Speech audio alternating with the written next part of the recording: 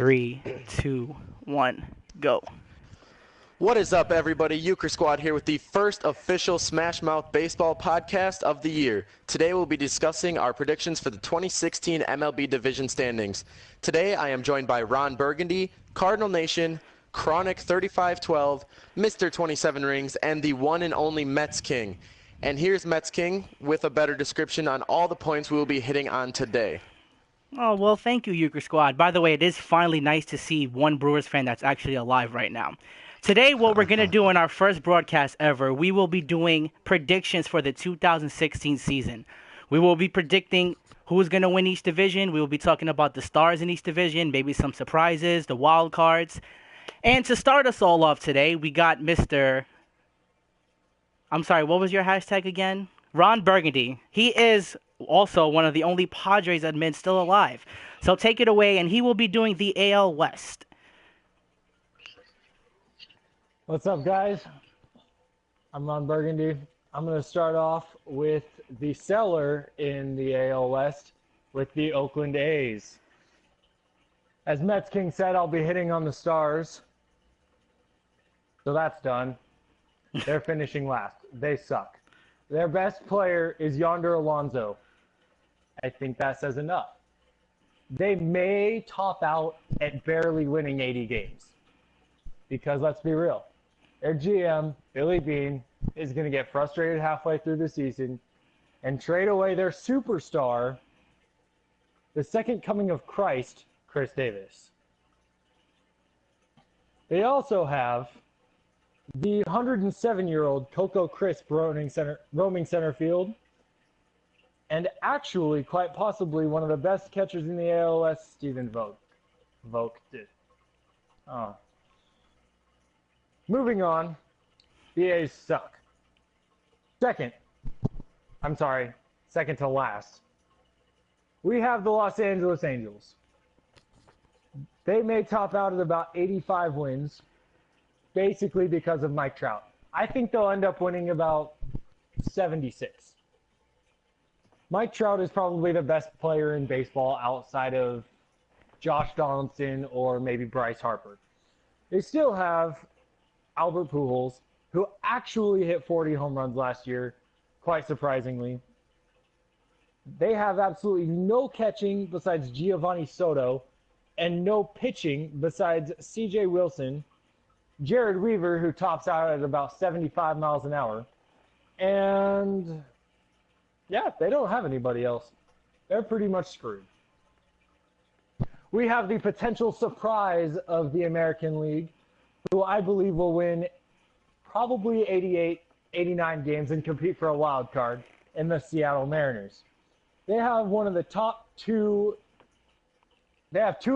two starting pitchers, number one and two in Felix Hernandez and Hikashi Iwakuma.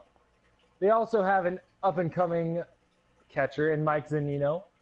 They got Robbie Cano, obviously, Kyle Seager, who's an up-and-coming star, as well as Nelson Cruz, who can hit the ball out of Yellowstone National Park. I think they could surprise some people, but I also think they could fall on their faces. So I predict a third-place finish there. In second place, with 90 wins, I have the Houston Astros. I think 90 wins may be a little generous, but I'm giving them 90 wins just because they're pitching. Their pitching's all right with Colin McHugh and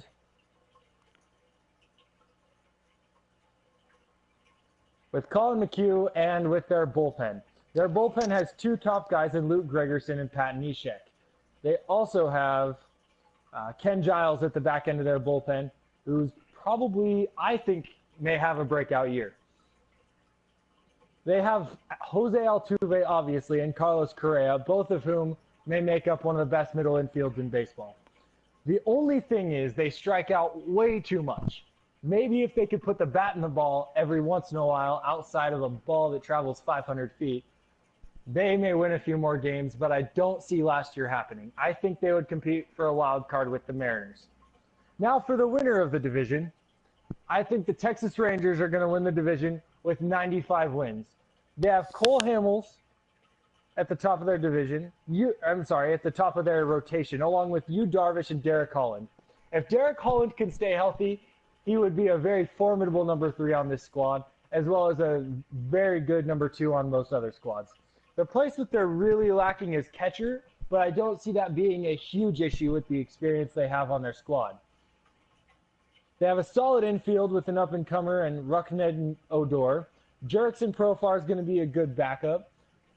They also have a great platoon with Prince Fielder and Mitch Moreland over at first base. Prince Fielder can obviously always play DH.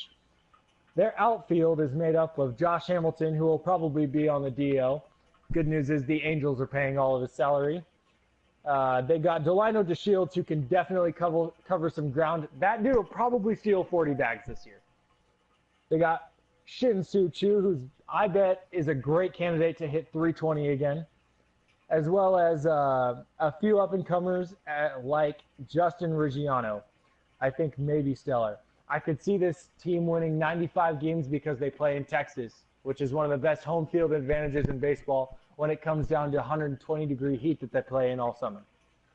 Anyways, with that being said, I have Texas winning the division. I have Houston finishing second, and I have the Mariners finishing third, and then I have the Angels and Oakland rounding out the bottom of the division, with Oakland finishing with one of the worst records in Major League Baseball.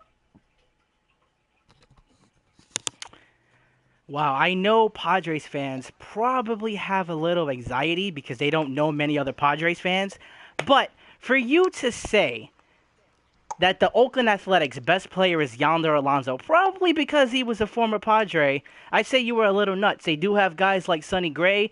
They do have Reddick. They do have some good players on that team. I am going to agree with you. Sonny Gray doesn't play every day. Oh, Padres fans. I will agree with you that the Astros need to put better contact on the baseball to win that division. They cannot get by just hitting home runs. But I do have the Astros winning that division with Texas coming in second. The healthiness of Yu Darvish is definitely going to be the big key for that team. In my prediction, I have Astros winning that division, Texas in second, and I think the rest of the division you hit dead on. Cardinal Nation, what do you think about the AL West predictions? Well, I agree with him most of the part, except for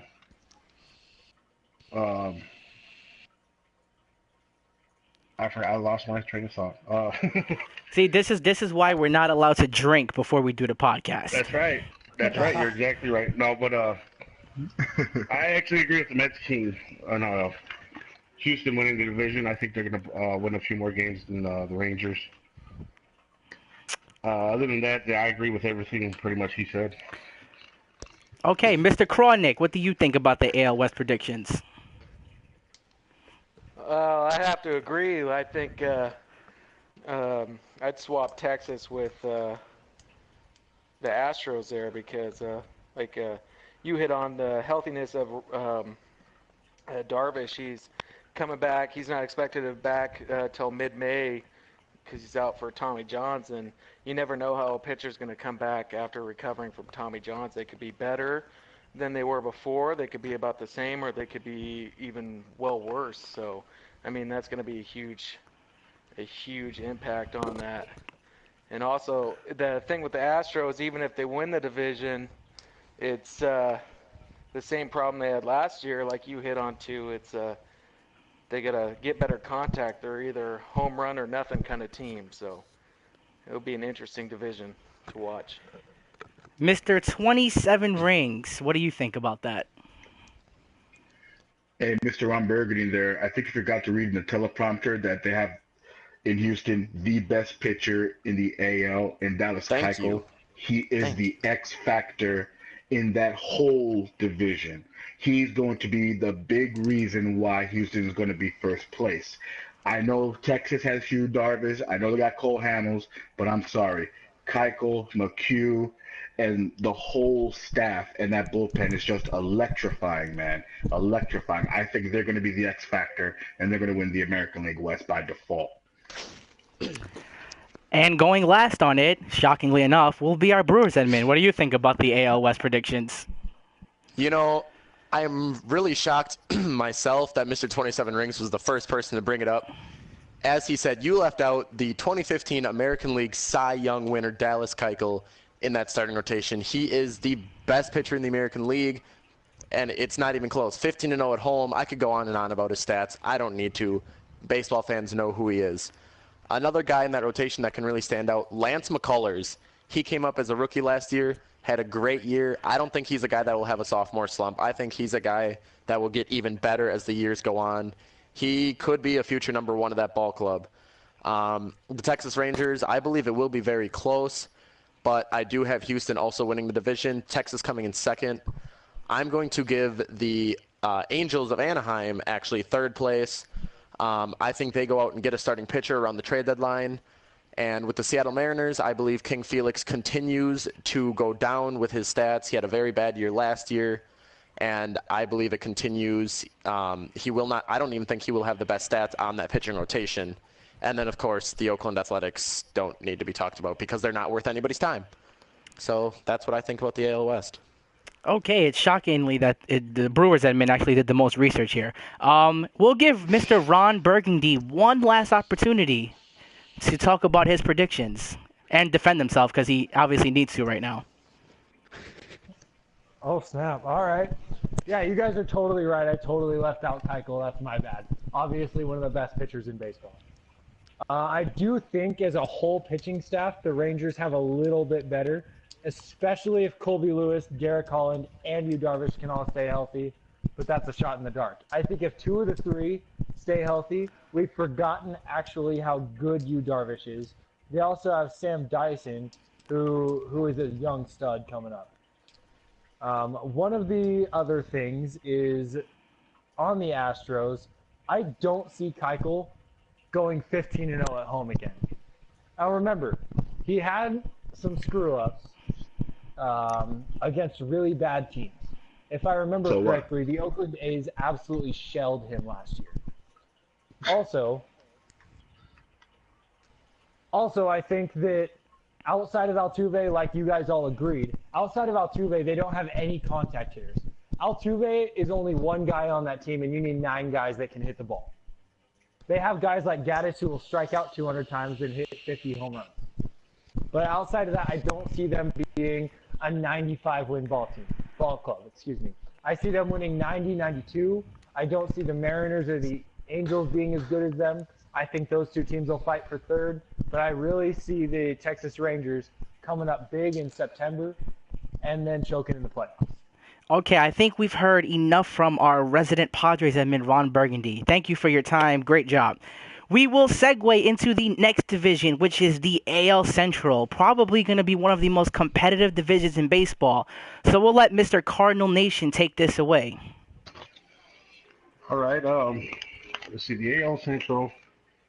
I got we got the Tigers, the Royals, the Indians, the Twins, and the White Sox.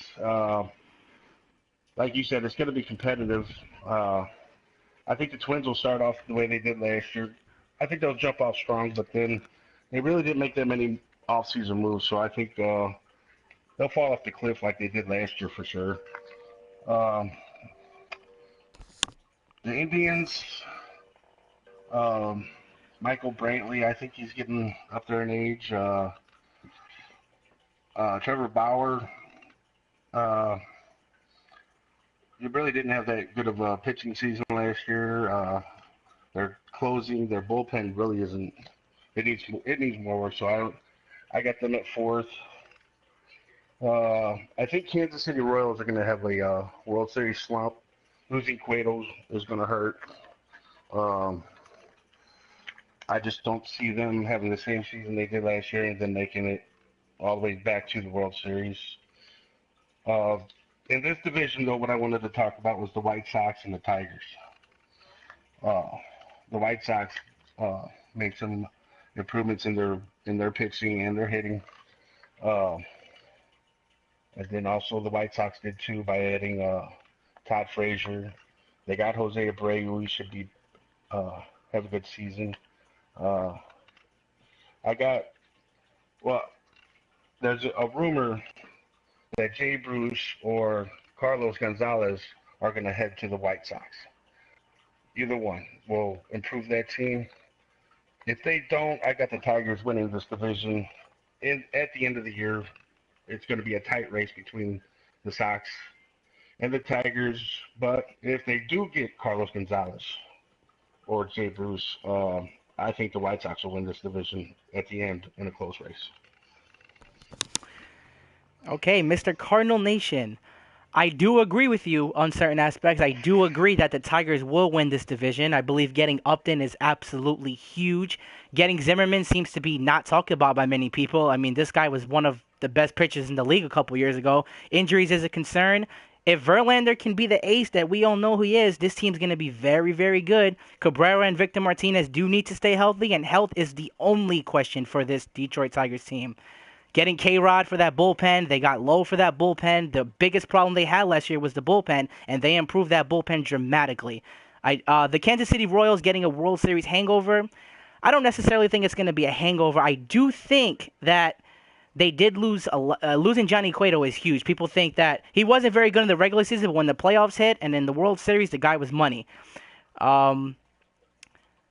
The Minnesota Twins could be very good, but the division is going to be so close that the Twins finishing last just seems like the most logistical thing.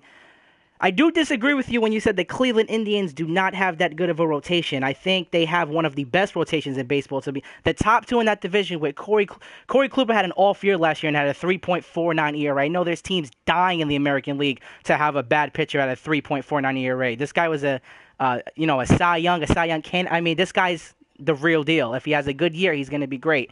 And then Salazar, the Indians rotation is really good. The White Sox, like you said, good point bringing up Cargo and Bruce. I did get the update today. If they go get Carlos Gonzalez for that team, the White Sox and Tigers definitely will be fighting for this division. I agree with you wholeheartedly. What do you think, Mr. 27 Rings, about the AL Central predictions? Why in the world is Kansas City not getting love? I just don't understand it. They won the World Series, and every year they're going to be last and they don't do nothing. I just don't get it. I think they're going to win it again this year. I think they're going to be first place because they're the most unconventional team in baseball. They don't have that big bopper in the middle of the lineup. They don't have that true ace besides maybe Ventura, pending he hasn't hit anybody and, gets suspended. Ian Kennedy, I think, is underrated, but at the same time, you don't know which one you're going to get. But he might have the stuff, possibly, to be enough to carry that staff a little bit further than, say, Cueto did last year when he joined the team. His ERA was almost 5, for God's sakes. So I can't see Kennedy going any worse than a 5 ERA if we're talking about the regular season. Cueto just flailed out. So I don't think the idea of having a big ace in the playoffs is a big thing. Their bullpen won 15 games out of the 20 games. So that's just me. That's a very good point. That is a very good point. The Royals don't seem to be getting a lot of love. They are back-to-back World Series. Well, they won one. They lost one in Game 7 of the World Series and won this year they're defending champs. They should be getting some respect. Good point. We will move to Mr. Kronick. What do you believe? I kind of agree with Mr. 27 Rings there that the Royals kind of remind me of the Giants in the way they're a very unconventional team, but they got a lot of big players. They got a dominant bullpen for one. They do have good starting pitching, and they have that kind of. It reminds me of a National League offense, that just hit the ball, get the ball in play, and see what we could do with it. And I don't think they'll win the World Series again. I don't think they'll make it to the World Series, but they definitely could be a very good contender to win that division. And also, I'd have to agree with you, Mets King, about the Indians. The Indians have a very good pitching staff. At least their starters, anyways. I don't know much about the bullpen, but I know their starters are very good. Yeah, that's a good point about their bullpen. I don't even know who's in there. I know Allen's the closer, and he's pretty good, but I'll be honest with you as well. I don't know many of the people in their bullpen either. But I'd have to say, it could be a toss-up between the Tigers and the Royals for that division, and then, the White Sox for probably third, and I could see Indians fourth, and I agree with the Twins being in last place in that division there. Mr. Euchre Squad, you're going last again. I mean, is this an omen for where the Brewers are going to wind up? I don't know, but it's your turn. All right. Well, I'm going to touch on the Indians first quick. You guys did touch on Kluber and Danny Salazar, and you cannot forget Carlos Carrasco. He puts up very similar numbers to Danny Salazar. Maybe not as many strikeouts, but ERA is usually pretty close to the same. Win-loss record is fairly close to the same. Going up in that division with the White Sox, that trade rumor about the Reds and trading Jay Bruce or the Rockies trading Cargo. Here's the thing. If the White Sox get Carlos Gonzalez, they win that division. If they get Jay Bruce, they don't. Jay Bruce is not the guy he used to be. You hear a lot of change of scenery could help a guy. I don't see that happening with a player like Jay Bruce. He's had multiple pretty bad seasons in a row here. I also do have the Tigers winning that division. As many changes as they made, I think they're going to go out and make more in July around the trade deadline. I also have the White Sox coming in second. That rotation, outside of Sale, that rotation could be a very strong point for them, or it could be a very weak point. That is the X factor for that team. The Royals, having a full season of Ian Kennedy, I don't think even compares to having half a season of Johnny Cueto. Even though Johnny Cueto had an off year, Ian Kennedy is just not the guy he used to be, or not the guy he was projected to be. The Cleveland Indians could surprise a lot of people and even take that third place spot. And the Minnesota Twins are at the back. I also agree with Cardinal Nation on that, though. They could start out very hot, but I believe they will sizzle off towards the end like they did last year. A lot of fair points, guys. And you know what I find most interesting about the AL Central? 2 or 3 years ago, I remember saying in my head, this is the weakest division I have ever seen. I was saying to myself, they need to merge this division. It's disgusting. The Tigers were winning this division every year, and they were 85, 88 wins, and they were not even a good team. The White Sox were bad. The Royals were terrible. The Twins were terrible. The Indians were terrible. Now this could be one of the best divisions. Every single team in this division, I feel, has a chance to win it if they go on a run. So that's very interesting about that division. I can't wait to see how that's going to play out. We're going to segue into the AL East. This should be interesting. We have our resident Yankee fan, Mr. 27 Rings, and I cannot wait to see what he says about this division. Take it away. Hey, everybody. So we got our American League East here. Last year, Toronto won it with 93 wins. The Yankees had 87 wins for second place. Baltimore had 81 wins. The Rays had 80, and the Red Sox had 78 wins. Now, those were last year's win totals. The reason why I bring it up is because this year it's going to be an interesting division. Everybody improved their offense. I don't see a great increase in pitching in any team. All right. The team that's going to finish last in this division, I have to say, is the Baltimore Orioles. I think they're not going to win 81 games, maybe a lot less than that. Their rotation hasn't really improved. I don't think the signing of Gallardo is going to improve it at all. I think the fact that his strikeout rates have dropped considerably since he was a Brewer. He's going to give up a lot of fly balls in that small ballpark. Ubaldo Colon is Jekyll and Hyde. He's a Cy Young Award type of guy, or he's the worst pitcher in baseball. He's going to walk 10 or strike out 10. Yi-Wing Chen left. That was a big dent in that rotation. The bullpen is probably the strongest part, as usual, with Darren O'Day coming in, Zach Britton. That offense is going to mash homers. Signing Chris Davis was a priority. Matt Wieters accepting his 1 year offer was very interesting. You probably think you couldn't get any more in the market. That was a good deal for him. All in all, I just don't think hitting 50 homers or 20 homers per person is going to get that team anywhere. I do love Manny Machado. He's only 23, I think, and he's already hitting 35 homers last year. I think he's going to be an amazing kid to watch on that team. So I would keep my eyes on him as he develops into a stud. So if I had to give you a number of wins for the Orioles, I'd probably have to give them 72 wins, and I'm being very kind. because of that bullpen. All right. Coming in fourth would have to be the Tampa Bay Rays. Their pitching is looking very good. Really, really good. It's probably the best rotation in the AL East. Chris Archer evolved into a stud last year. Odorizzi came into his own. Getting Matt Moore back should be helpful this year. I know he struggled a little bit last year, but he's a good lefty pitcher. He should get some velocity in there and be able to help that rotation out. Drew Smiley, he's going to be in there. And they have also waiting in the wings um, Ian Snell. He's their premier lefty prospect. He should be coming up in the rotation very soon should a guy go down. Actually, I have a correction here. His name is Blake Snell. I apologize. Blake Snell is the lefty coming up in the wings. I don't see enough in their offense to convince me that they're going to score more runs than they did last year. Getting Dickerson might help them. He's projected to hit about 25, 30 homers. I have yet to see evidence of that. He hasn't had a full year in Colorado. Um, Getting Brad Miller at shortstop doesn't wow me. Um, it's not exactly an exciting offensive team. I don't see them really going far, but I see their pitching helping them. Their bullpen's okay. I do like their closer, Brad Boxberger.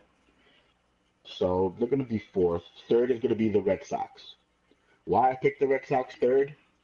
Remember what I said earlier about them winning 78 games? They have that same rotation this year plus David Price. So if they won 78 games last year with a really bad rotation and a mediocre bullpen, they could probably win with David Price probably 15 more wins. So I'm guessing they're going to get probably about 89 wins, maybe. And their bullpen is great with Kimbrel, Tezawa, getting Carson Smith and Uehara, great solid bullpen. That offense is really coming together with Bradley. Mookie Betts is a stud. Rudsley Castillo's gonna have a full year of him. Bogart is a great shortstop already. The power will come along. I mean, they got a lot of young studs. Their offense is going to be pretty good, but the X factor is going to be that rotation. So now bring up the Yankees. Last year they fell flat in the second half. They still won 87 games. So the question with the Yankees is the rotation, if they could be healthy. But that bullpen with Chapman, Betances, Miller is the best three at the hands down in the whole league. Chapman, Betances, Miller, I don't care who's the closer. They're locked down solid. The X factor in the rotation is going to be Luis Severino. He's going to hold that rotation down. I really like this kid. A full year of him, and hopefully Tanaka Pineda puts it together. Evaldi, hopefully if he's healthy, he throws 100 miles an hour, but not like Chapman 100 miles an hour. They should be able to get second place, and they should be able to win probably about with that bullpen, probably 93, 94 games. I know it's a lot to predict, but the Yankees always find a way to win. In the past few seasons, they've won about an average of 87, 88, even 90 wins. It's possible, especially the offense. They have a lot of studs. Some of them are aging, but if you rest them, like Teixeira, if you rest Beltran, they're clutch hitters. Even with Teixeira before he was hurt, he still hit 30 homers. All right, getting Castro is a big deal.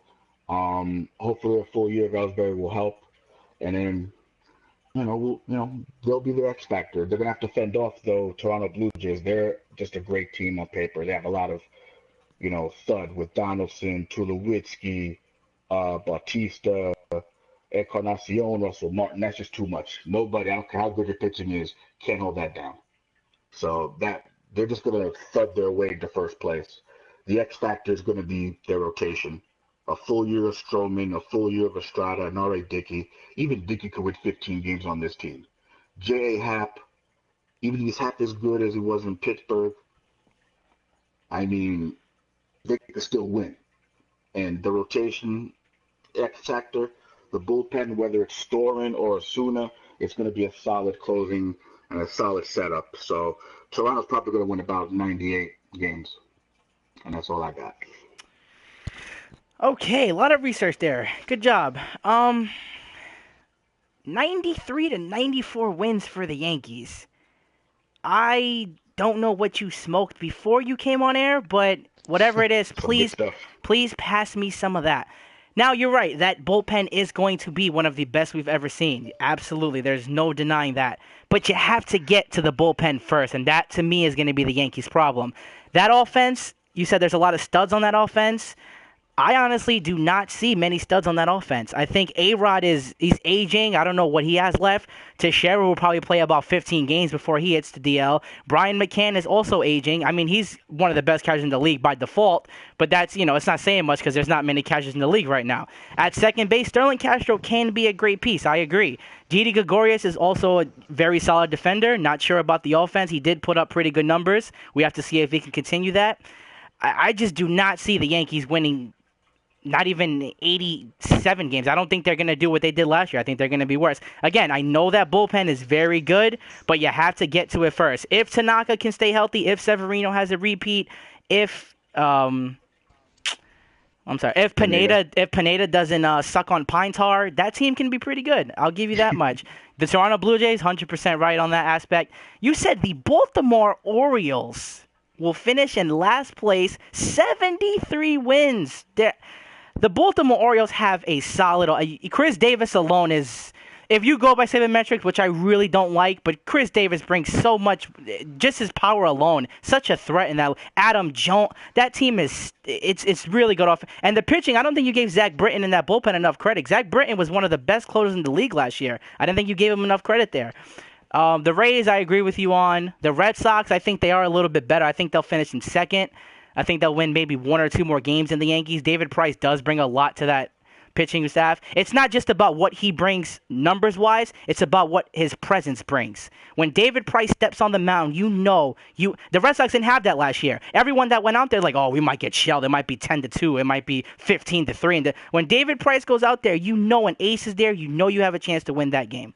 So Yankees, Blue Jays, Red Sox, Yankees, Orioles, and then Rays would be my prediction. We'll actually won't go to Euchre Squad last this time. I felt kind of bad, We'll give them second this time. What do you think? I like it. All right. Well, I have to agree on probably Mets King's biggest point. The Baltimore Orioles are not finishing in last place in this division. Not a chance. No way. Nada. No. The Tampa Bay Rays will be last place in this division. Yes, their pitching is great.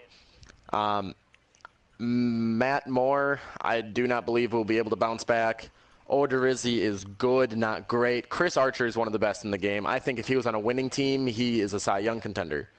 But they only give these kinds of awards to people on winning teams, which I think is also BS. But that's on another topic. The Baltimore Orioles, I think their biggest X factor and their most underrated part of their club is their pitching rotation. Chris Tillman, Kevin Gossman, those guys could be really good. It is hypothetical situations. They could be good. They could be bad. I think they are going to be really good. But I also do have them finishing in fourth. There just isn't enough behind them after that. The New York Yankees, I have finishing third. That bullpen is really good. As Mets King said, you need to get to them. Mets King, you also said Mr. 27 Rings was smoking before this. I think he might have been drinking a little more than CC Sabathia was before he went into rehab. But CC Sabathia is nowhere near the pitcher he once was, whether it be the Indians or with the Brewers.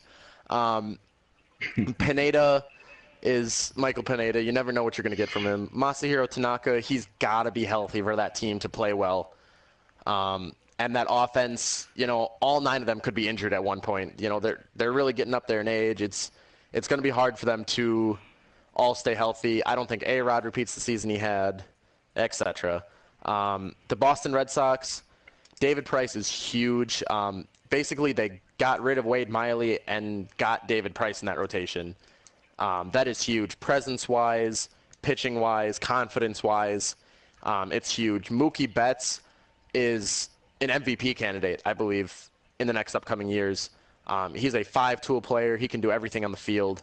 He's just a great all-around player. And the drive for the Red Sox, I believe, this year is Big Papi's last season. I think everybody on that team, whether it's their first year on the team or they've been around with him for a while now, they're going to play for him because they know he deserves that one last ring. But they're going to be taking a wild card spot because, as you said, the Toronto Blue Jays are just stellar. Their pitching rotation, Marco Estrada came out of nowhere last year once he joined that rotation. And if he can repeat that, or if he can even get close to that, I mean, that's amazing. The Marco Estrada we had when he was on the Brewers was I would have thrown him in the trash can. I would have traded him to the Blue Jays for a couple bottles of water. But the way he's pitching now, good for him. It's great. One guy that I do want to add that you left out in there is Kevin Pillar. I believe he is slotted into bat leadoff this year, and I think he's going to take it and run with it. He's going to have a 280 or higher average. He's going to steal roughly 30 bags. That offense is just too good. As you said, no pitching rotation can stop that. All right. Good job. What about Mr. Kronick? What do you think about that? I mean, other than what you guys said, there's not much I could add. I basically agree with the Euchre squad there. I mean, I can't really add much more to that. You guys have been really on your game about looking up all these stats to everybody, A man with few words. You got to love that. What about you, Cardinal Nation? Do you feel the same way? Most of it I do, except for I agree with Mr. 27 Rings. The Yankees find a way to win. They just do. They've always been that way. I'm going to take his side on that because you guys are picking on him because, well, you're a Mets fan and you're a Brewers fan and you just don't care. Well, I mean, No, everything Mr. 27 Ring said about the Yankees, other than winning 94 games, is true. The Yankees have won that division, I believe, 21 of 27 years. If any team can come out of nowhere and just dominate, it's the New York Yankees. They've done it year after year after year, and we're tired of seeing it, to be honest. But at any time, they can do it. And we'll give Yanks 27 one last time. We'll try to wrap it up as fast as we can to go to the NL. You got anything else to say? The only thing I have to tell you is, despite CeCe's drinking problem, believe it or not, in the second half, he was starting to put it together. He lowered his ERA from I think 6 and change to 4.25, and he started striking out people more, and he dropped the walks. But again, whatever happened to him behind the scenes happened. So I'm not saying Sabathia is going to be the CC Cy Young, but he is not a terrible number 5. I could think of plenty worse. Like, for example, in Baltimore, I don't see Gossman. I don't see Tillman. I don't see any of those guys making any significant contributions to make that team an 80-game plus winning team. With Sabathia, he can at least go 6 innings unless he walks 10 people. Okay? I think you're also discounting the fact that Teixeira is in a contract year. He's going to mash the homers, okay? There's a lot of potential in this team to score and a lot of potential to win 90 games. I may sound crazy, but that's what I do. Thank you. Good job. Very good job. We will move over to the National League. We will start with the NL West with our resident Giants fan. And this, my friends, will also be very interesting because no one in the NL West likes each other. And you gotta love it. But we will go to Mr. Kronick and see what he believes the predictions will be. Yeah, as you said, this is going to be a very interesting division this year. There's a lot of possible good contenders here.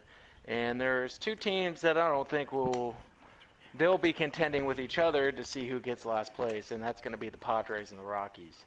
The Rockies don't have a great, or I wouldn't even call it a good, I wouldn't call it great, I wouldn't even call it decent starting pitching staff. Their number one starter is De La Rosa, and the guy is like a 4.7 career ERA, and that's your number one. So, and there's not much better along the line too. You got some unproven guys, and I mean they always have a good offense, but in Coors Field, everybody has a good offense at Coors Field. Uh, then I'm going to go with Padres finishing in fourth place. Same thing. They don't really have a solid starting pitching staff either. They have no real number one. Lame Game James is in there, but I wouldn't call him a number one on any team. And then there's maybe in the good Ty Ross, I think it is, backing him up. But he's decent, but he's not a number two either. So, and then we get to the interesting part. I think the division's really going to come down to three teams. You got the you got the Diamondbacks, you got the Dodgers, and you have, of course, the Giants. And each team has made some interesting pickups. The Dodgers, I feel, were a little more quiet, but obviously, the Diamondbacks got Zach Greinke and Shelby Miller, and that's a huge add-on to that rotation that wasn't the best last year by far. And Greinke is a huge add-on. He's a great number one for him. He's basically a number one behind Kershaw last year for the Dodgers. Shelby Miller is also a very good pickup. He'd be a very good backup to Greinke there. But then after that, Corbin's a pretty decent pitcher as well. But I think their 4 or 5 starters aren't very great. The middle relief for them, if something goes awry early in the game and you got to get your middle relief out there, they have a lot of unproven guys in their bullpen. I would come around to say that Brad Ziegler is a very good closer, and so is their setup man there. But I'd say they're going to finish in third place in that division. Second place, I'm going to have to go with big surprise here, the Los Angeles Dodgers, because nobody likes them. Obviously they have the best pitcher in baseball, hands down, Clayton Kershaw. But looking at it on their depth chart here on MLB.com, they got Kazmir as their number 2. Kazmir is not a number 2. He's a good 3-4 guy. He's not a number 2 starter at all. Brett Anderson, he's decent enough to be the same thing, a 3-4 guy, but he's going to be starting the season on the DL. He's going to be out for 3 to 5 months with a lower back injury. So there raises a question there. One of their big pickups here was Medea, if I'm saying that right. But who knows what you're going to get from him. He's unproven. He's coming over from Japan, so you don't know what he's going to do. Ryu, same thing. He's coming off the DL. He's going to spend the first month on the DL, month or so, month and a half on the DL. And how is he going to react coming back from a shoulder injury? That could very well affect your pitching. Then Alex Wood, he didn't fare too well last year as a Dodger. He did get lit up quite a bit, and then we got Bolsinger in there. They do have quite a lot of depth in their starting pitching, which is nice. But I wouldn't say they have really quite a solid number 2 yet. It's something we'll have to wait and see. And then their bullpen is the Dodgers bullpen as well. Besides from Jansen, they don't really have the best bullpen out there. And they are known for giving up a lot of runs here and there. So that leaves my first place prediction. Try not to be biased, but of course it came out this way with the San Francisco Giants. And this is why I want to say this division's the toughest one to judge, because each team has their question marks, and the Giants are without question. They have question marks. One of them is their bullpen, of course, after losing Jeremy Affeldt, one of the best postseason pitchers of all time. That's a huge hit on their bullpen, and they got a lot of aging going on in their bullpen. Santiago Casilla, he's a decent closer, but he's not the best either. Sergio Romo is obviously past his prime. He can't close anymore. I mean, besides from that no dot slider he's got, he doesn't really have much other than that. Javier Lopez is an awesome lefty specialist. You can always throw him out against a lefty and know he's gonna strike him out or get him out somehow. George Contos had a very good year last year. I think he'll keep it up.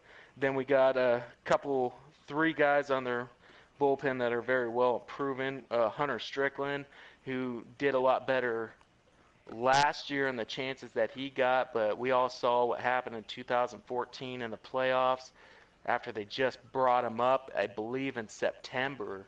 They threw him out in the playoff games, and he proves he has speed, but he has no movement on it. So he's throwing flat 90 mile or 100 mile an hour fastballs that people can yank out of the park. So we'll see how he does. A big surprise last year for me as well was when they brought up Josh Osich out of the bullpen. He's going to be basically filling Jeremy Affeld's spot, so he's got some big shoes to fill. He did great last year, so we'll see how he keeps it up this year. Hopefully he won't have a sophomore slump, but he proved to be a major league ball player, and you could count on him in a tough situation to get out, so let's hope he keeps it up. Obviously,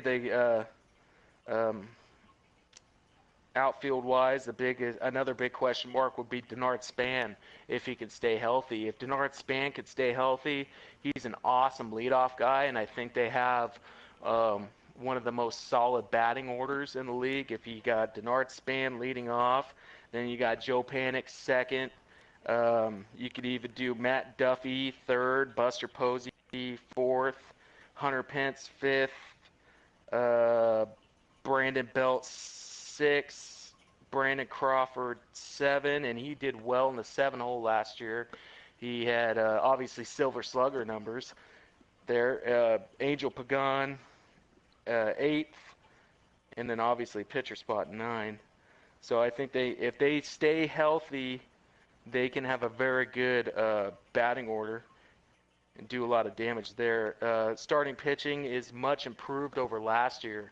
So I think they did very well with pickups. A lot of people do question the Samardzija pickup, but I do think he could have, I wouldn't say a breakout year, but I think he will have a very well improved year this year, working in AT&T Park, which is known as a very pitcher-friendly park. You got Buster Posey catching him, one of the best framing catchers in the National League, and Dave Righetti is a very good pitching coach. Johnny Cueto was a huge pickup too for him. He will be solid behind Bumgarner. That's going to be a deadly 1-2 punch. And then you go to the 4-5, which you got Jake Peavy, which you're not going to get a lot out of him if you know Jake Peavy. You get what you expect out of him. He's going to give you 5 solid innings, and every time he starts. So if you just expect that out of him, you're going to get that, and I think he'll do well. And then a big question mark too was Matt Cain. He returned last year and didn't do so great. I feel like coming back from getting bone spurs removed in his elbow, it kind of affected the way he was throwing. So maybe he had time to work on that. But now he's also having a cyst removed in his elbow, so who knows with that again too, if how he'll recover from that, how long it will take to recover. And also Hunter Pence is obviously starting on the injured too. He's out with tendonitis. He's set to be out for a week, so hopefully that's all. Angel Pagan is also another question mark. I honestly, rather than see starting Gregor Blanco the way Angel Pagan has gone downhill in the last few years, he's not a great center fielder at all, or he's not a great fielder, period. He misjudges the ball a lot, and he doesn't have the best throwing decisions, and his offense has really dropped down the last few years too. So I'd rather them see start Angel Pagan. And Duffy too. I hope he doesn't have a sophomore slump. I don't think he will. I think one of his major problems why he started dropping off so much last year is the Giants don't really have a solid utility infielder to back up these guys for days off. Besides from first place, they could always have Buster Posey play first, but other than that, they don't really have anybody to fill in second, third, or shortstop for when guys need a day off when they start getting tired. So, I mean, it's a huge question mark for each of those three teams, the Diamondbacks, Dodgers, and Giants. But I think if the Giants can stay healthy, I think they have a really good shot at winning this division this year. Wow, all I have to say to that is more information about the Giants than I have ever heard anywhere, and actually more than I care to hear ever again. However, very good job. That was amazing. I'll, man, this division is tough to predict. It really is. I think if Arizona would have gotten Mike Leake to be their fourth starter, they win this division. But after the three pitchers in Corbin and Shelby Miller and Zach Greinke, you just can't depend on DeRosa and Ray to carry a rotation if the one or two of the aces actually fall off. Mike Leake would have been the pick for this team, and this team would have won the division, in my opinion, had they gotten a fourth starter. I also have them finishing. I have them finishing second, actually. You might not like this. I have the Giants finishing third. I think it's going to be very close. I think they're all going to be fighting for division and wild card. And I have the Dodgers winning this division for one reason and one reason only. I think Kenta Maeda is the real deal. I watched him pitch. He did a little spring training thing the other day. I seen him pitch over there in Asia. He was great. All his pitches had sick movement that, when Tanaka came over and he had that this guy has that. This guy's going to be the real deal, in my opinion. He's going to be the number 2 before long. I do think you sold Madison Bumgarner a little short when you said Kershaw by far is the best pitcher in the league. He is. I agree he is the best pitcher in the league, but not by far. Madison Bumgarner has some of the best stuff I have ever seen, ever. And he's one of the best hitters I've ever seen for a pitcher as well. He can rake. Mine was Dodgers 1. It's going to be close. If the Diamondbacks win this division or the Giants win this division, I wouldn't be surprised at all. I do have the Rockies ahead of the Padres. A lot of people say that the Rockies' offense is always good because of Coors Field. Well, the Padres' rotation is always decent because of Petco Park. So it can be vice versa, and I think the Rockies' offense is way better than the Padres' pitching, so that's why, you flip-flop. But that doesn't really matter because no one really cares about the Rockies or Padres. We're going to go to Euchre Squad next for his 2 cents. All right. I will agree with Mets King on the Padres and Rockies. Padres will be last. Rockies will be fourth. It will be close, as Chronic said. It's really a battle for last place. They're not going to be in the division. They're not going to be in a wild card hunt. They're not going to be in a division title hunt. Here's where I disagree. I believe with both you guys. I have the Dodgers finishing third. I do not believe that rotation will be able to hold up behind Kershaw. I do believe Maeda will have a good season, but not nearly as good as a Kershaw. Greinke 1-2 punch, or even a Greinke Shelby Miller 1-2 punch in Arizona. I just don't see the Dodgers going very far there. Number 2, I have the Giants. I believe Bumgarner and Cueto will be one of the best 1-2 punches in baseball. Cueto coming back to the National League is going to be huge. I think he goes back to his Cincinnati Reds numbers, and it's really, he's just going to have a great year for the Giants. I'm one of those people that believe the Jeff Samardzija signing was a little shaky, questionable, whatever you want to call it. He can't do much worse than he did last year, but it's not going to be much better. That offense is fairly good. They do have a lot of health concerns. But moving on to the Arizona Diamondbacks, I have them winning that division. Greinke going back to being the number 1 guy.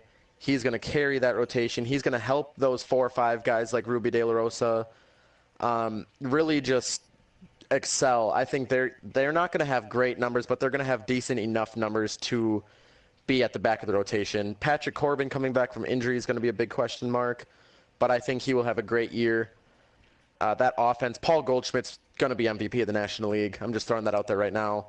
A.J. Pollock is one of the best outfielders in the game. They do really have an all-around good team. Getting Tyler Clippard for setup man, it was huge. That improves that bullpen quite a lot. Brad Ziegler, I believe he's 40 years of age now. He's good. for being that old, still closing the game. So, yeah, that is where I differ from you guys. I do have the Arizona Diamondbacks winning that division. Okay. Mr. Cardinal Nation, we'll let you go third this time. What do you think? Well, you guys brought up every good point in that division. There's really not a whole bunch to add except for I think I agree with Chronic on the on his standings. I think the Giants will win the division. Diamondbacks get the wild card, and the Dodgers, or as everybody else likes to call them, the Smurfs. Bye bye. And You know the Padres and Rockies aren't going anywhere. yeah, we everyone in the world knows that much. We're gonna go lastly to Mr. 27 Rings. I want to acknowledge the Padres and the Rockies, and that's it. Next, uh, I disagree with the assessment on the Diamondbacks. I don't think they're going to be first place. I think their starting pitching fourth and fifth is crap. I think their bullpen is not as good. Slightly improved with the setup rule, but not great enough to be first place. I love Goldschmidt. You know, I like Yosmani Thomas to have a solid full year in left field. You have the center fielder. I forget his name off the top of my head. AJ Pollock. Glenn. There you go, AJ Pollock. I like those guys a lot. I just don't know if they're going to be first place. The Dodgers have a serious rotation problem, but I think Kenta Maeda, I watched him in the World Baseball Classic. I've seen him pitch. He is like another version of Tanaka, better version of Tanaka, dare I say.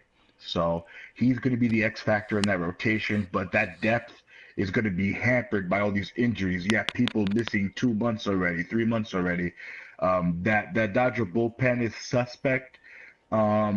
In the offense, the X factor is going to be Mr. Puig. Are we going to see the MLB, the show version where he was actually good, or we're going to get the one that didn't play all year because he pulled the LeBron James with "oh my hamstring, I can't walk" kind of thing? So I just don't see the Dodgers winning it either. I think they're going to be second place. The Diamondbacks third, and I think the Giants. Bumgarner is like 1B and Kershaw's 1A, the best lefty pitcher in the game. Cueto and Samardzija, I think they're going to improve in that ballpark. They have decent depth, not great but decent. I love Buster Posey.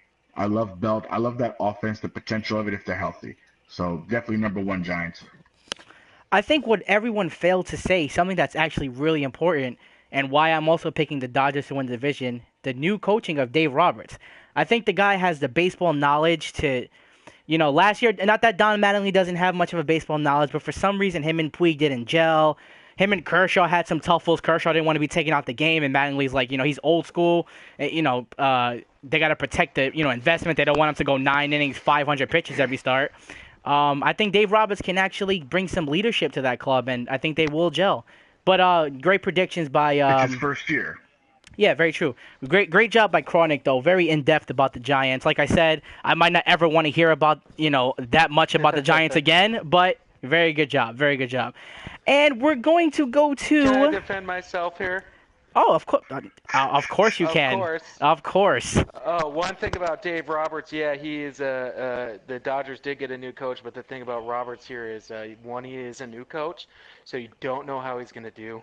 And two, I've heard he's a very player-friendly coach, and that was the same problem with Mattingly.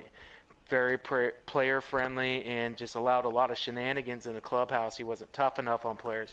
So we'll have to see how Roberts handles it too. Bumgarner, I wasn't trying to downplay him or anything. Of course, he, in my opinion, is one of the best pitchers in baseball. He has proven it in the postseason, and he didn't get a lot of representation of that until 2014. But he's a very good pitcher, and he's proven that. And I just don't see the Dodgers winning the division because of, as Mr. 27 Rings agreed with, their starting pitching. There's a lot of question marks there. Like I said, Medea, he could be very good, as you guys said, and as we've seen. But at the same time, you don't know how a Japanese pitcher is going to perform in actual Major League Baseball. It's tomato kind of thing, It's two different things. So Yeah, very very true. that's where I rest my case. Everybody brought up amazing points. That was one of the most one of the best divisions we did so far.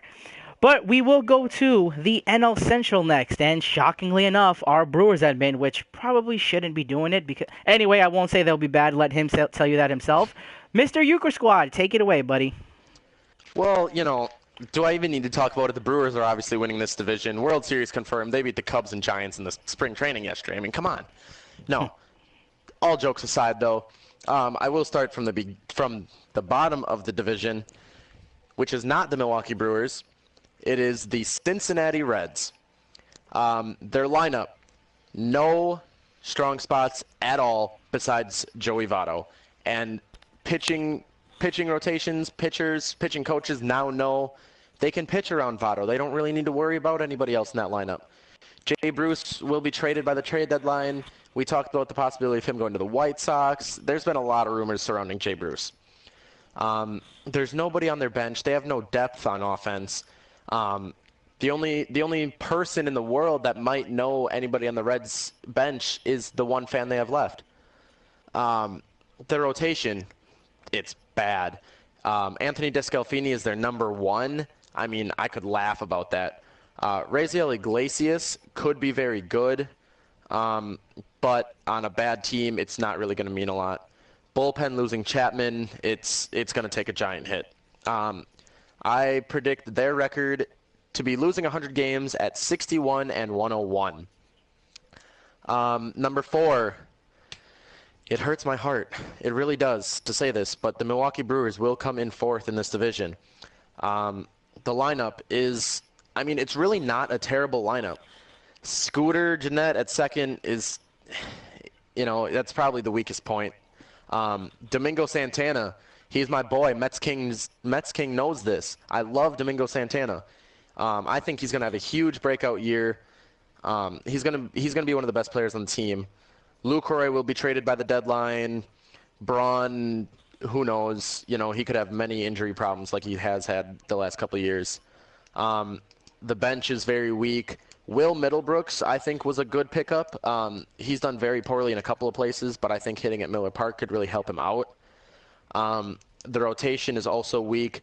Taylor Youngman, though, I think he will also not have a sophomore slump. I think he continues the great rookie year he had. He is looking to be a great pitcher, a future number 1 for us, definitely. Matt Garza is not worth the money we gave them. Willie Peralta hopefully bounces back from the year that he had last year. The year before, he won 19 games, I believe. Don't quote me on that. I believe it was 19 games, but Willie Peralta had a great year the year before that. The bullpen is definitely our weakest spot. Jeremy Jeffries is now going to be the closer. That K-Rod went to Detroit, and that's just, it's not looking very pretty in Milwaukee this year. But a lot of people also have them losing 100 games. I do not. I have them at 72-90. Third place, the Pittsburgh Pirates. Their lineup is decent, I would say. Andrew McCutchen is definitely the bright spot of that team, obviously. Michael Morris looks like they're starting first baseman. He's not going to put up any better numbers than Pedro Alvarez did. It's really not going to help them a lot. Starling Marte is rumored to be their cleanup hitter this year. He has no power. I don't know where they're getting those numbers from. I would put him at leadoff before I'd put Gregory Polanco there. The bench, they have, when I was looking at their bench, it seems to me that they have a couple of first basemen on their bench that they want to try to play the outfield, and I just don't see that working out for them. Sean Rodriguez is a great utility guy, though, coming off of that bench. The rotation, Garrett Cole is its sole bright spot. I don't believe Liriano can continue the strong few years he's had. John Neese is projected their number 3 starter. Ryan Vogelsong projected their number 5 starter. I mean, that's just something to laugh about. That's just a laugh-off point. Their bullpen is very good. Melanson is a great closer. They're really solid the rest of the way through with their bullpen. I predict them at 500 at 81-81. Number 2 in that division, the St. Louis Cardinals. The lineup is decent. A lot of guys that could flop, or those same guys that could have really good years. one hit on that team, I believe. I know they haven't played that way in a long time. They have no speed at all in that lineup. I believe Colton Wong is their fastest guy, and he won't even steal 20 bags. I think it's just really not a strong point for them is speed, but they usually figure out how to work around it. Cardinals is never a team to bet against. The bench is not terrible. I think Jerko should help them a lot. He can play multiple positions. The rotation is good. Big question mark on Wainwright coming back. I know he's never a guy you can count out, but there's got to be a point where he hits so many injuries and it's going to be hard. Carlos Martinez is coming back from injury. I believe adding Mike Leake is huge. As Mets King said, if he would have went to the Diamondbacks, they take that division, but I think Mike Leake being at the back of the Cardinals rotation will help them a lot. I think they get a wild card. And the bullpen is good. Rosenthal's a good closer. Having a full season of Broxton, who they got from the Brewers, will be beneficial to them. But if somebody gets hurt, that is one thin position in their minor league program where they really don't have a lot of guys they could call up. I predict them at 89 and 73. Like I said, I believe they will have a wild card spot. And moving on to number one in the division, the Chicago Cubs. Their lineup is deep. It could be one of the best we've seen in a very long time. 1 through 8 is amazing, or possibly 1 through 9 if they decide to put Addison Russell in the number 9 spot. Joe Madden is known to do that. Adding Jason Hayward is going to be huge for them. I think he has a really good year. The guys in their bench, Jorge Soler, guys like that, they could be starters on a lot of other teams. Starters 1 through 3 are great. Jake Arrieta, I don't think he repeats what he did last year, but he's still going to be an amazing pitcher. John Lester is still going to be John Lester. John Lackey is a great pickup. I think he also has another repeat good year. Starters 4 and 5 could always be better for them in Liam Hendricks and Jason Hamill, but I believe that will change around the trade deadline. They will pick up somebody, whether it be a number 1 like Sonny Gray, or it be a middle-of-the-rotation guy that slots in at number 4 when he should be at 2 or 3 on most other teams. The bullpen is going to be good. Adding Adam Warren in that trade with the Yankees is going to help them out tremendously. He is a great pitcher that a lot of people decide to look over. And they've added a lot of guys on minor league deals this year that could call up in case of an injury. These guys could just come right in. They have a lot of major league experience and just come right into it. So I have the Cubs winning over 100 games, and their record will be 102 and 60. So just a quick recap. I have the Cubs at 1, Cardinals at 2, Pirates at 3, Brewers at 4, and Reds at number 5. Okay, I don't have much to disagree with the standings. I have the same exact standings with the Cubs finishing in first, Cardinals in second, Pirates in third, Brewers in fourth, and the Reds in fifth. However, I do want to say, if anyone on planet Earth ever counts out the Cardinals, no matter how many games they're back, no matter who dies, the Cardinals are always a threat to win that division. I hate to say it because I can't stand them. But also remember who the Chicago Cubs are. They are the Chicago Cubs. At any given time, a black cat can cross the field. Something can go wrong. The stadium could collapse. Some fan could throw a watermelon into the stadium and it rolls and hurts them. Anything can happen with that team. I have them at over 100 wins as well, if nothing unexpected happens.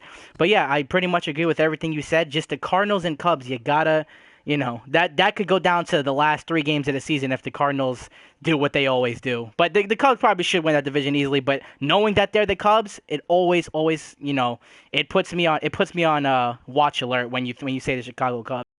Yanks, 27 rings. What do you think about that?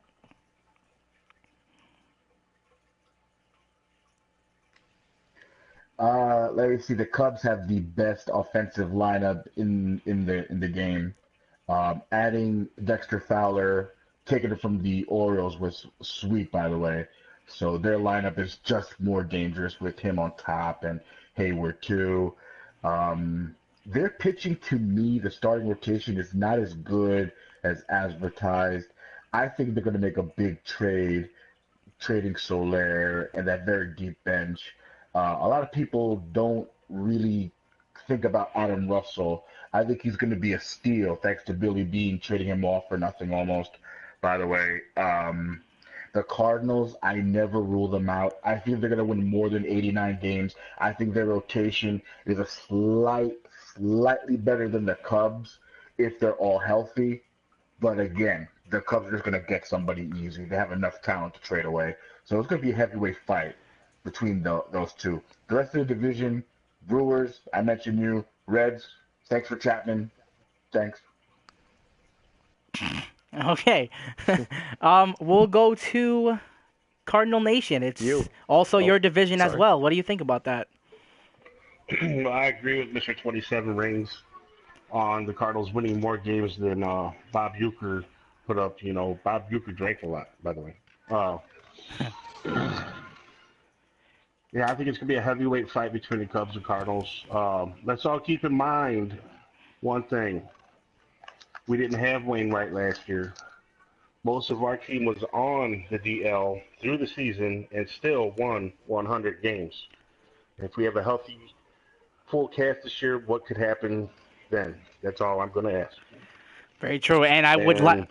Oh, go ahead. Finish off, Mr. Cardinal Nation. I got the Pirates at third with the Reds and Brewers. They can fight for last, honestly. It won't be a fight. All right, and last thing about this division, I just want everyone to remember what happened to the Chicago Cubs last year in the playoffs. They got swept in the NLCS. By what team, you may ask? We'll get right into that right now. The moment everyone's been waiting for, the one and only Mets King will give the guaranteed NL East standing predictions. This is 100% accurate. Take this to Vegas. I am never wrong. I'm going to start right from the top because I'm so damn excited about this. I have the Metropolitans of New York finishing first. The Nationals, who should probably go back to Canada and become the Expos again because they are just as bad here as they were over there. In third, we have the Marlins, who can actually shock some people, to be honest. I mean, this team always throws a good year in between like 10 bad ones to make a World Series run, right? Maybe they're due for another. And then rounding out the bend, there's two teams who have already been mathematically eliminated from the playoffs, the Braves and the Phillies. Let's explain this a little bit. First and foremost, Phillies literally might have the lowest-ranked MLB-ready team in Major League Baseball. I mean, they really, really have fallen from their 2007, 2012 runs. I mean, it's not a shame. I'm happy about it, but the fans of Philadelphia, I hate to say this, they do deserve better because they were showing up, they were coming out, and the Phillies just don't seem to care anymore. But, hey, I'm glad about that. We have the Braves, the team that won 14 straight NL East championships, only to choke 13 of 14 seasons. They've fallen from grace just like the Phillies have. They're rebuilding now. They got a new stadium. I mean, they made some decent trades, but when you lose Kimbrel, sorry, I can't even say his name right. When you lose Kimbrel, when you lose Justin Upton, when you lose McCann, when you lose Simmons, when you lose Shelby Miller, when you lose Cameron Maybin, all in a span of 2.5 years. I mean, what do you expect the Braves to do? They've pretty much traded away everything except Freddie Freeman, and, Freeman's definitely going to struggle this year because of it. He has no protection behind them. Then we get to the Marlins, who I mentioned before. They have the ace, they have the star, they have the tools to be a very solid team. The question I have is pitching depth. If Jose Fernandez gets hurt, your 1 and 2 become Wei Yi Chen and Jared Cozart.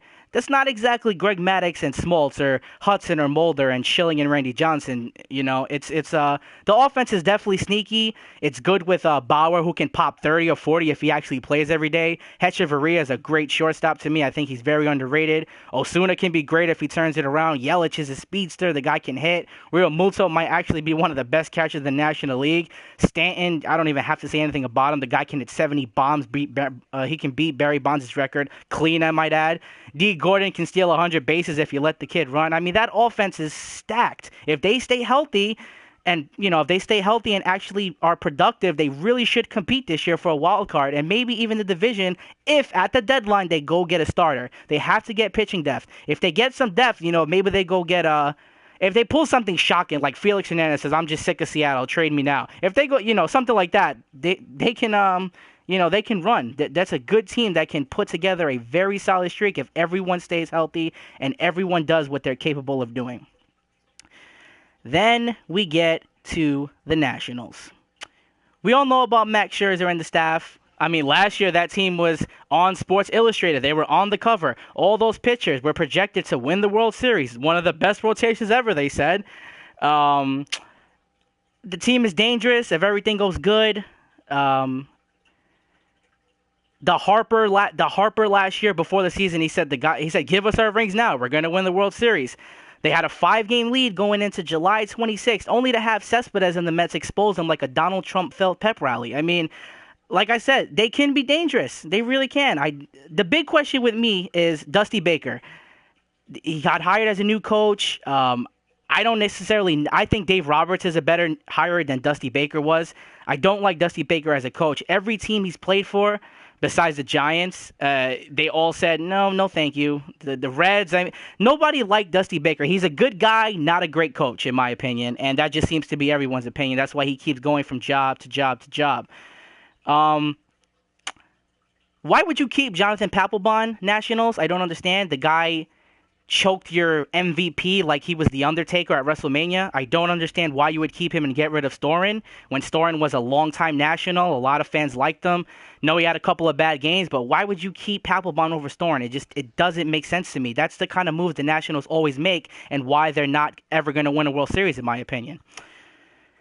So, like I said, all in all, obviously they should be in the race all year. I just see them falling short because of that bullpen and the lack of chemistry on the team. I didn't see much chemistry last year. I really didn't. Jason Worth, when he was on the Phillies, boy, that team was all together, jumping up and down, threatening, talking about the Mets suck, this and that. Last year on the Nationals, the guy stayed quiet the entire year. I don't think he gels. I don't think anybody on that team really gels. If they did, they'd probably win the division. But now we get to the defending National League champions. And let's be frank here. The Mets should be the 2015 World Series champions. In a World Series where they were the better team, they choked away the gold because Duda, Murphy, and Cespedes and Familia all had brain farts in the absolute worst of situations. But that was then, this is now. The rotation the Mets will throw out there this year could be one of the best we have seen since the Braves threw Maddox, Smoltz, and Glavine back to back to back. We got Harvey, we got DeGrom, we got Syndergaard, we got Matt, Zach Wheeler's coming in June. Who's going to top that pitching? There's no one in the league that can throw a 1 through 5 at you like the New York Mets. And don't forget the main reason we're going to win the World Series this year is because of big, sexy Bartolo Colon. I mean, the guy's a beast. He's never going to die. He's immortal. I know there's one team that can stop that pitching. Luckily, they're not in the National League. Those two-strike hitting, annoying rodent Royals. Thank God we don't have to see them besides opening day. I don't ever want to see that team again. The offense, if it stays healthy, it has a very good mix. It has young guys and it has veterans meshing together. It's got Conforto, Darno, Cespedes, Granderson, Duda, David Wright. A new, slightly better overall second baseman than Neil Walker than Daniel Murphy. By the way, Nationals fans, enjoy every damn big moment Daniel Murphy's in defensively to let the ball go through his legs like he's Bill Buckner. I hope you enjoy that because it will happen to you. He's probably going to hit 320 for you, and then in a big game situation, a ball just going to go right through his legs because he's not a good fielder. He's a DH. I really feel this is the team to beat in the National League is the New York Mets. And besides the Cubs, I don't really see many teams challenging them. If anyone says the Dodgers, they're out of their mind. Every time the Mets and Dodgers face each other, it's in favor of the Mets. You seen what happened last year. You threw Greinke and Kershaw at us, and we still beat you. You took out our shortstop, we still beat you. The Giants could definitely be competitive again. I mean, if it comes down to that, the Giants can, they can put a rotation to actually compete with us, but I don't see it. The only team that I see, and I see this as the NLCS, is the Chicago Cubs and the New York Mets. So in the end, I say the Mets win 91, the Nats win 86, the Marlins at 83-84. That's if they don't get a pitcher at the deadline. And the cellar dwellers, the Phillies and the Braves, they don't really get any mentions. But speaking of cellar dweller, what we're going to do is we're going to let Euchre Squad close this podcast out. Before he does, though, I just want to let everyone know that's listening, thank you for staying for an hour and 20 minutes long. We did not intend to go this long, but when you have guys that love to talk baseball, this is what happens. So much information. I hope you guys take it in stride. Comment below. Do what you got to do. If you disagree with us, Euchre Squad will touch on it after. Thank you guys for listening. To all our fans that just keep supporting us. We want to thank Yanks27. 27 Rings. Same thing, doesn't matter. They're all cocky. Euchre Squad, Cardinal Nation, Mr. Crawnick, and the first guy who everyone's already forgotten, Mr. Ron Burgundy. Just like your Padres, everyone's forgotten everything that you've said. Now, Euchre Squad, finally, take it away. All right, as Mets King said, this has been a long show. Thank you for staying in tune the entire time. This is really important to us. We do love to talk baseball. We hope to get a lot of feedback from you guys. And those were our predictions on who wins every division for the MLB in 2016. Do our predictions match yours? If not, tell us in the comments and make sure to like and share us on Facebook. Follow us on Instagram and Twitter, and subscribe to us on YouTube. From all of us here at Smashmouth Baseball, we hope you have a good week, but your team does not. We will talk to you next time.